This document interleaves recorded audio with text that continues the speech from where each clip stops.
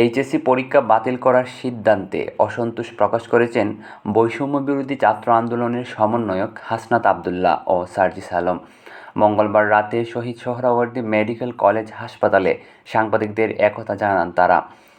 হাসনাত আবদুল্লাহ বলেন, পরীক্ষার্থীরা ফটক ভেঙে সচিবালয়ে ঢুকে অস্থিতিশীল ও অপ্রত্যাশিত পরিবেশ তৈরি করে শিক্ষা সচিবসহ সবাইকে অবরুদ্ধ করে এমন অবস্থা তৈরি করে যে প্রধান উপদেষ্টা ও শিক্ষা উপদেষ্টার সঙ্গে আলোচনা করে সচিব পরীক্ষা বাতিলের সিদ্ধান্ত নেন।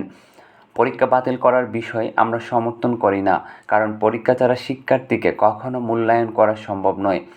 তিনি বলেন, গত ১৬ বছর স্বৈরাচারের দোসর হিসেবে কাজ করা এমন অনেকে শাহবাগে বসছেন, প্রেসক্লাবে নেমে পড়েছেন, সচিবালয় ঘেরাও করছেন।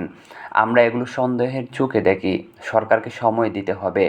দাবি ন্যায্য হলে বৈষম্যবিরোধী ছাত্র আন্দোলন সরকারকে তা মেনে নেওয়ার জন্য চাপ দেবে। সার্জিস আলম বলেন, পরীক্ষা বাতিলের সিদ্ধান্ত যৌক্তিক নয়। বিভিন্ন গোষ্ঠী রূপ বদলে অযৌক্তিক দাবি নিয়ে আন্দোলনে নামছে। তাদের ভিন্ন উদ্দেশ্য রয়েছে। ছাত্র জনতা আন্দোলন করেছে দেয়ালে পিঠ ঠেকে যাওয়ার পর।